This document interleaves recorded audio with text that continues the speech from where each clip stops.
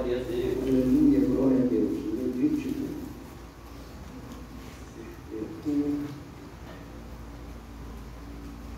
Levítico Deus. Levítico no capítulo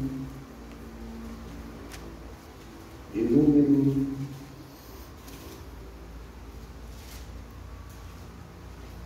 9. Levítico, capítulo de número 9. Eu não vou ler todo o Levítico, capítulo 9, apesar de a gente fazer uma pregação envolvendo todo esse capítulo. Então, para ganhar tempo, eu vou ler o versículo de número 6. E disse Moisés: esta coisa que o Senhor ordenou fareis, e a glória do Senhor vos aparecerá. Aleluia. E também agora no 24, que é o cerne da mensagem. Porque o fogo saiu diante do Senhor e consumiu o holocausto e a gordura sobre o altar, o que, vendo todo o povo, jubilou e caiu sobre as suas faces. Aleluia. Vou repetir. Porque o fogo saiu diante do Senhor e consumiu o holocausto e a gordura sobre o altar, que, vendo todo o povo, jubilou e caiu sobre as suas faces. Aleluia. Podeis tomar assento, por favor. Glória a Deus. Amada igreja, para que esse fogo caísse, do versículo 24, e para que a glória do Senhor aparecesse, teria uma série de acontecimentos no capítulo de número 9, Glória a Deus. que tivesse que ser cumprido para que houvesse essa manifestação. Glória a Deus. O fogo do caminho da graça. O fogo queria, lá na frente, mostrar o dia de Pentecoste. Mas vamos ver aqui. E aconteceu que no dia 8, que Moisés chamou Arão e seus filhos e os anciões de Israel e disse: tomai um bezerro para expiação do pecado, um carneiro para o holocausto, sem mancha, e trazes perante o Senhor. Depois tomarás aos filhos de Israel, dizendo: tomai um bode para expiação do pecado, e um bezerro, e um cordeiro, de 1 ano sem mancha, para o holocausto. Aleluia. E olhando para esta parte, irmãos, Deus me chamou a atenção Aleluia. quando Ele deu uma ordem para Arão, através de Moisés, para que tomasse um bode. E eu fiquei pensando, Jesus não representa bode, neste caso não. Jesus é o cordeiro. Então por que Deus manda fazer um bode? E lá na frente, Ele fala para que imolasse o bode, e que imolasse o bode não dentro do santo, mas fora do santo, fora do lugar santíssimo, e cortasse o bode e tirasse o fígado e o rim do bode. E eu fui na literatura judaica. Na literatura judaica, o que representa o bode? O bode representa o estado de rebeldia do homem. Glória a Deus. Então o homem teria que levar o bode para ser sacrificado, reconhecendo o seu estado de rebeldia. Meu Deus. gente fica pensando, existe muito bodes por aí, não é? De vez em quando eu encontro com um bode. O bode é um rebelde. Muitas vezes você vê uma pessoa desviada, que se rebela contra Deus. E aqui o povo judeu, sabendo do seu estado de rebeldia, eles levavam o bode para o sacrifício. Porque o bode, na literatura judaica, representava a rebeldia daquele povo. Então Deus dá uma ordem para que Moisés disse para Arão: Arão, sacrifica o bode. E ao sacrificar o bode, tira do bode e queima com fogo o rim e o fígado. Por que o rim? Por que o fígado? Porque são elementos de interiorização. O fígado, ele metaboliza na química, na antropologia humana, ele é um órgão que faz a metabolização. Então teria que queimar o fígado, porque é ali que sai a metabolização. Então tem uma justificativa. Por que queimar o fígado? E por que queimar o rim? Porque são elementos metabolizantes. Então quando ele manda sacrificar o bode, é para que o homem entenda que ele, no interior, ele depende da graça de Deus. Às vezes eu fico pensando algo que me estilhaça, algo que me angustia, algo que me deixa boquiaberto, é quando eu vejo o meu estado perante o meu Deus.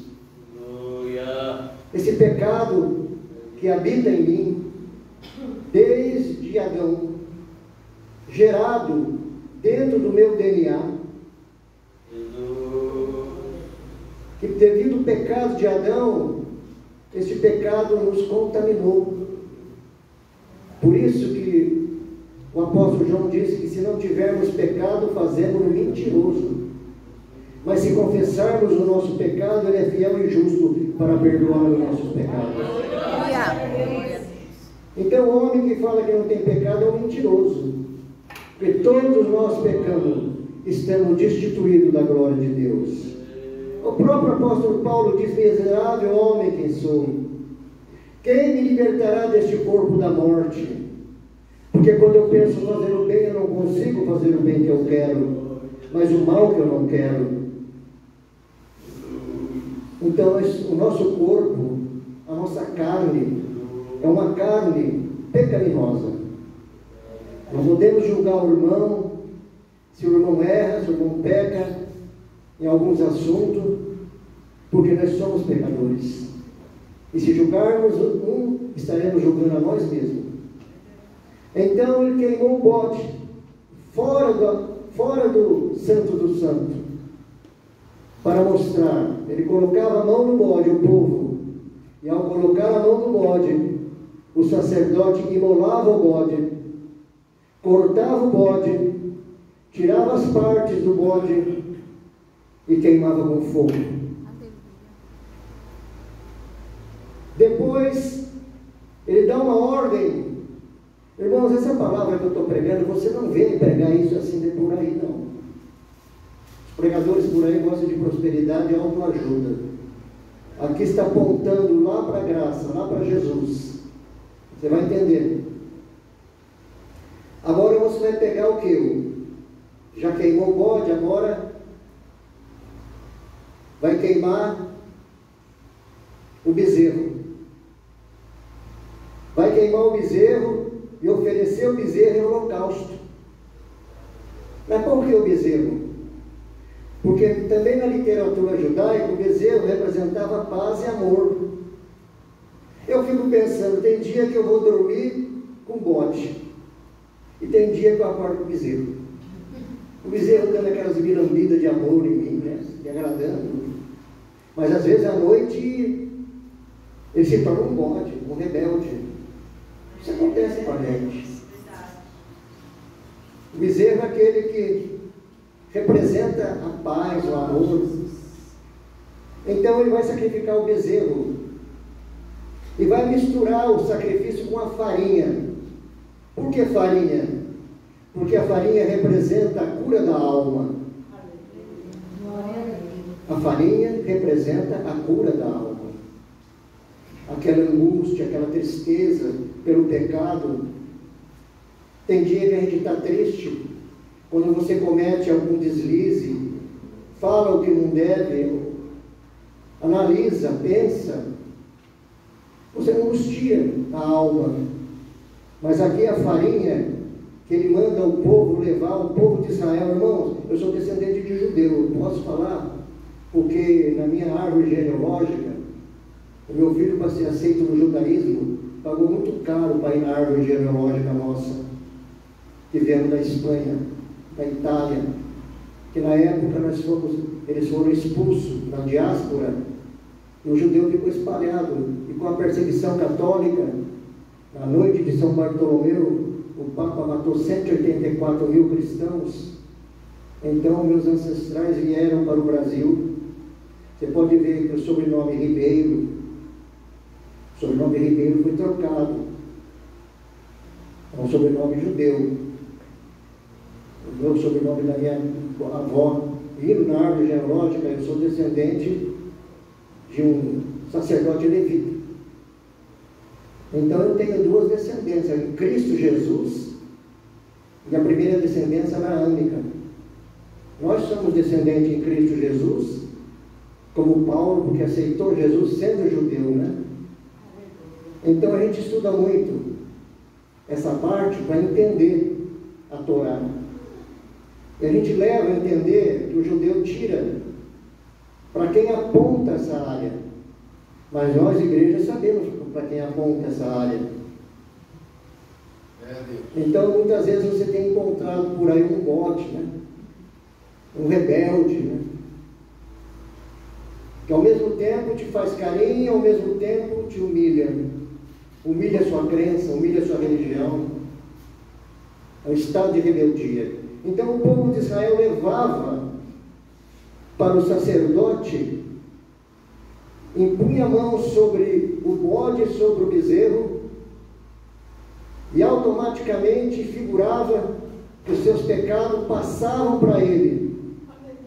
E o sacerdote imolava e queimava, pegava o sangue do bode e do bezerro, colocava nos 4 cantos do altar, molhava para a ponta do dedo, e ali tipificava o perdão do povo judeu. Mas agora Jesus responde essa situação. Deus, quando ele vê a situação do povo hebraico, o estado de rebeldia do povo, a intenção do povo de levar o bezerro e levar o bode, o que Deus providencia ali? Um outro sacrifício, o sacrifício do cordeiro. Então Deus manda matar um cordeiro de 1 ano, sem mancha, sem mácula. E esse cordeiro, ele seria morto dentro do santo, no lugar santo do santo. O povo colocava a mão no cordeiro, transferia o pecado do povo para o cordeiro. O sacerdote imolava o cordeiro, e o cordeiro imolado levava-se ao santo do santo. E agora, de posse dessa liturgia toda, que aponta para o caminho da graça, o que acontecia? Ficava anotado que o cordeiro levava o pecado de Israel. Isso aponta para Jesus. Lá aponta para Jesus. E quando acontecia este sacrifício do cordeiro, aqui cumpre a palavra, porque o fogo saiu diante do Senhor e consumiu o holocausto e a gordura sobre o altar. Então ali não era o fogo estranho. de aquele fogo estranho. O fogo saía do Senhor para legitimar o perdão do pecado do povo. Aleluia. Era a legitimação e o apontamento para o que viria no futuro. E quando nós olhamos esse fogo, não era o fogo que vinha do céu, porque há uma diferença do fogo do céu, teologicamente, e do fogo do Senhor, do fogo de Deus. O fogo do céu, nós sabemos que tem 3 céus, o primeiro, o segundo e o terceiro. O fogo do céu até Satanás faz cair. Satanás derrama fogo do céu. Mas esse fogo que caiu é o fogo que vinha de Deus. O fogo de Deus. E a glória do Senhor ali encheu o local. A ponto, aconteceu em Levítico capítulo de número 6. Em Levítico capítulo de número 6. Vou voltar um pouco as páginas para ver se a gente consegue entender um pouco. Glória a Deus, aleluia. No versículo de número 8. Falou mais o Senhor a Moisés, dizendo: dá ordem a Arão e aos seus filhos, dizendo: esta é a lei do holocausto. O holocausto será queimado sobre o altar toda noite até pela manhã, e o fogo arderá nele. No versículo de número 12: e o fogo arderá continuamente sobre o altar, e não se apagará. Glória a Deus. É simples entender. O povo de Israel levava o cordeiro. Como já foi dito, não tinha mancha, não tinha um ano, ainda era o cordeiro. Os sacerdotes ficavam dentro do templo, dentro do santo do santo, amarrado com uma corrente, porque se o sacerdote tivesse um pecado, Deus fulminava ele com raio. Eu fico admirado que muita gente pega aqui no púlpito do microfone, às vezes está todo desconcertado, todo norteado e quer pregar. Meus irmãos, se fosse na época da lei, o sacerdote tinha que ser amarrado com uma corrente, e lá fora do santo do santo segurava uma corrente, e o sacerdote ficava andando no santo do santo com sino nos pés. Enquanto o sino tocava, ele estava andando. Se o sino parasse de tocar, podia puxar, que o fogo de Deus fulminava ele. E nós hoje somos sacerdotes de Deus, estamos cara a cara com Deus, porque o véu abriu. Não precisamos desse cordeiro. E o sacerdote recebia ali um cordeiro, queimava o cordeiro, e o fogo ardia sobre o altar. O fogo da legitimação, o fogo do poder, o fogo da transformação. E quando nós olhamos para o futuro, esse cordeiro é aquele mesmo cordeiro que representava, que Jesus veio e João falou: este é o cordeiro de Deus que tira o pecado do mundo. Aleluia. Ele estava batizando no Rio Jordão, preparando o caminho do Senhor, que o povo de Israel estava com tanto pecado, tão desviado da presença de Deus, 400 anos sem Deus falar com eles. Eles estavam no maior pecado possível. O sacerdote não era da tribo de Levi. Os sacerdotes eram aqueles inventados pelo Império Romano, como Herodes, aquela raposa. Os sacerdotes não eram os descendentes de Judá, os descendentes de Davi. Então estava o povo todo desviado da presença de Deus. E aparece no cenário um homem chamado João Batista, pregando: arrependei-vos, Se formos pregar hoje como João Batista, a igreja esvazia. Vai todo mundo embora. Porque ele falou raça de víboras. Já pensou o pastor pegar o microfone e falar raça de víboras? Quem vos ensinou a fugir da ira vindoura? Arrependei-vos. E ele começou a pregar dessa forma. E lá aparece Jesus, ele fala: este é o Cordeiro de Deus que tira o pecado do mundo. Aí Jesus começa o seu ministério na face da terra. Um dia me perguntaram por que Jesus nasceu de Maria.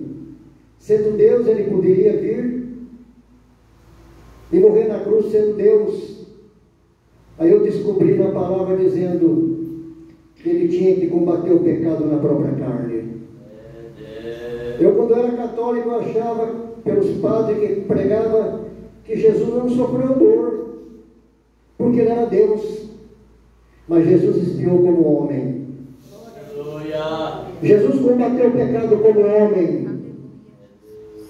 Seria simples como Deus, porque Deus não tem pecado nenhum.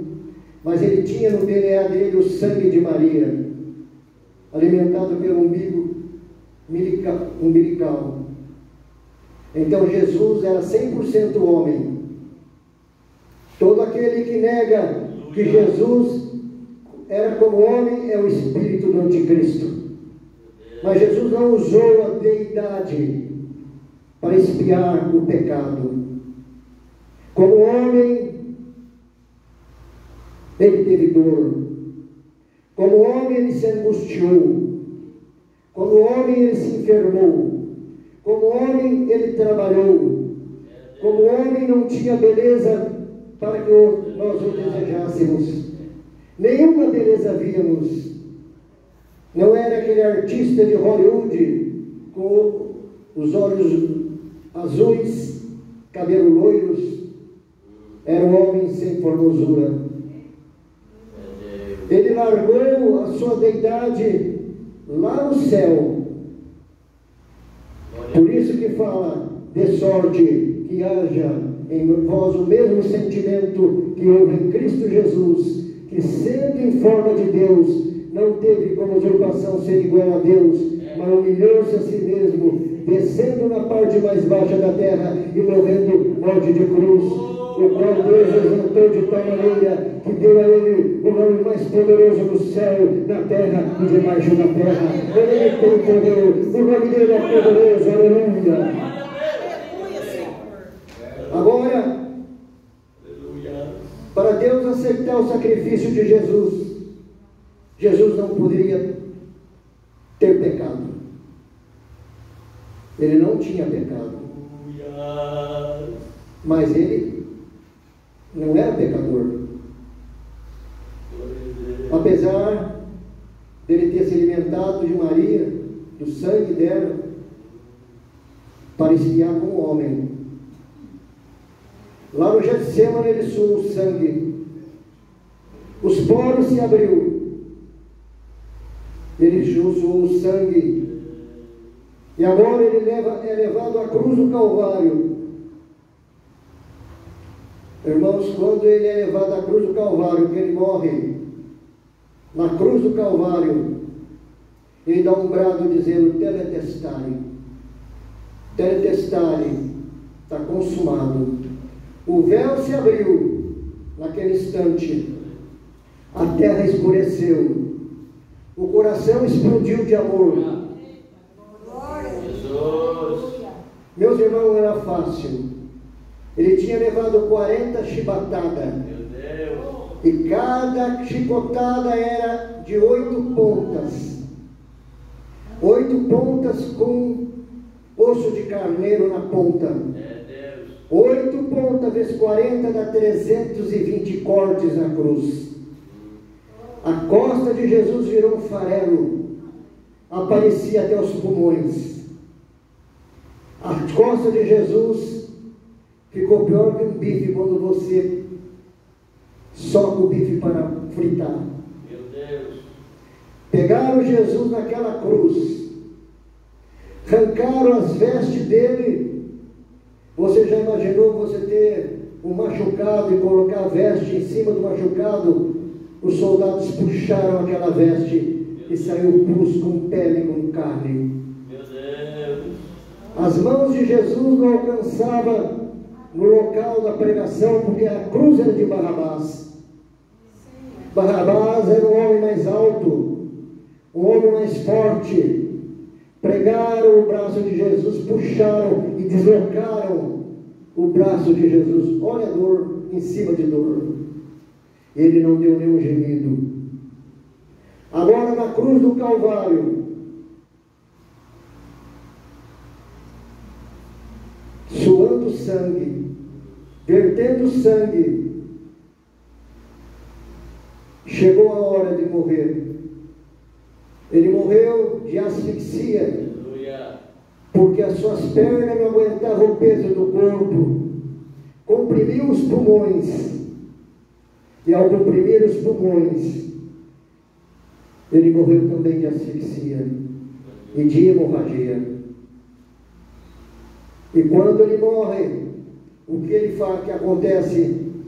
Abre-se o véu, e agora você se torna sacerdote de Deus. Você agora tem uma responsabilidade muito grande, porque você agora está na presença de Deus. Aquele sacerdote do passado, que tinha que ter corrente nos pés, porque se tivesse pecado morria, você não precisa de corrente nos pés, porque Jesus perdoa seus pecados.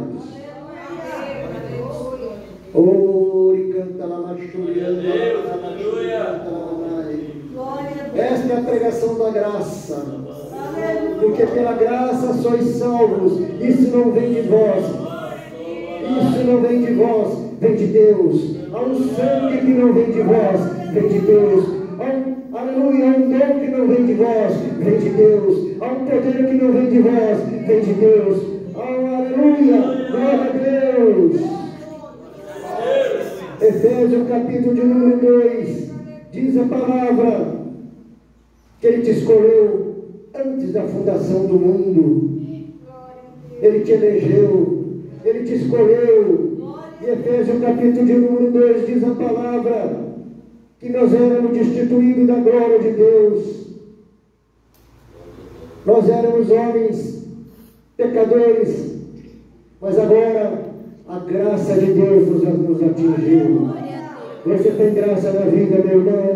Você tem graça na vida, minha irmã. O Cordeiro de Deus que tira o pecado do mundo, um dia tirou o seu pecado através do sangue carmesim. Toma posse. Aleluia. Não é uma palavra para dar glória, né? Aleluia. Não está prometendo bênção? E aconteceu, irmãos, uma coisa muito importante.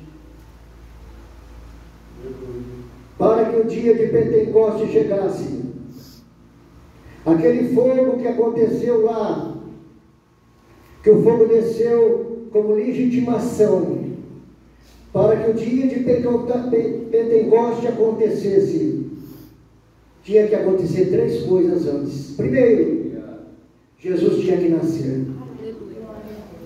Segundo, Jesus tinha que morrer na cruz. Terceiro, o túmulo tinha que estar vazio. Sem túmulo vazio, Espírito Santo não vinha. Sem túmulo vazio, Espírito Santo não batizava. Então houve uma ordem aos discípulos: antes de subir ao Pai, ficai em Jerusalém, até que lá do alto sejais revestidos de poder. Não fique andando por aí, fique em Jerusalém. E quando eles ficaram em Jerusalém no cenáculo, 3 lições que eu tiro. A primeira lição era dia de festa. Havia uma festa da colheita do trigo, chamada festa de Pentecoste. Jesus, o Espírito Santo, vem quando tem festa. A primeira lição tinha que ter festa. Ele não vem na tristeza, Ele não vem na murmuração, ele não vem no constrangimento. O povo estava em festa. Aleluia. Todas as nações em festa no dia da colheita. Em segundo lugar, eles estavam reunidos. Unidos. O Espírito Santo vem quando nós estamos unidos. Eles estavam unidos com Jesus, unidos com a palavra, unidos com a obediência.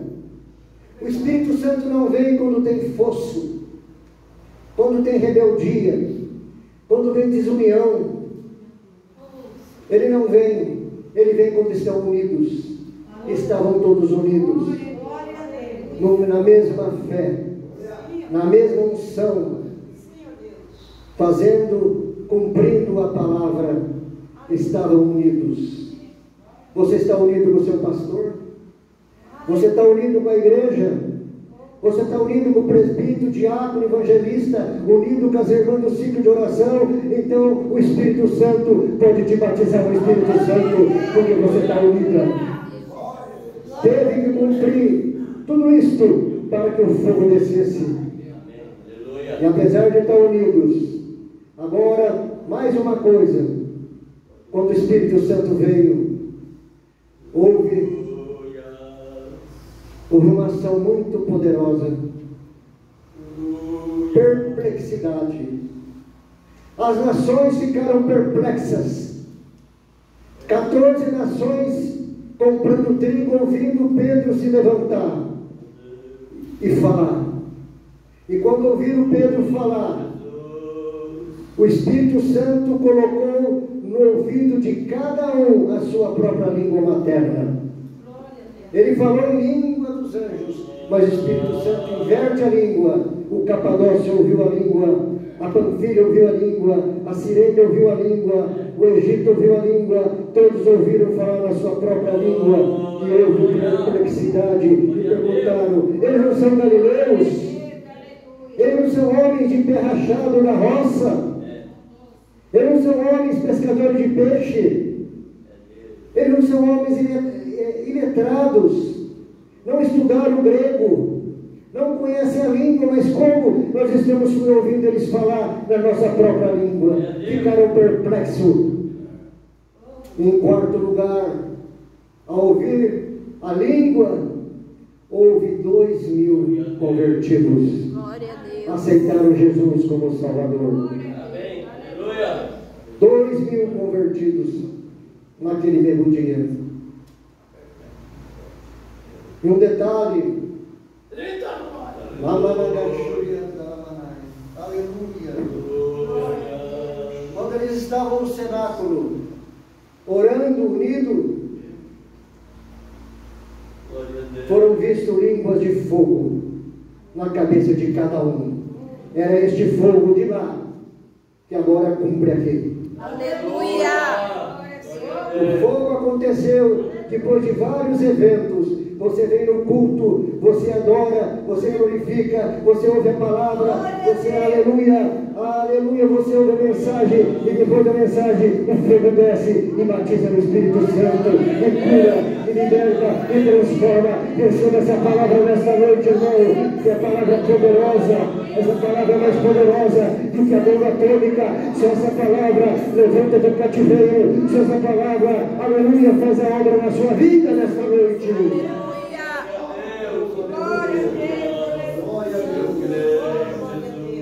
Pelo meu tempo passou. Muito obrigado pela oportunidade.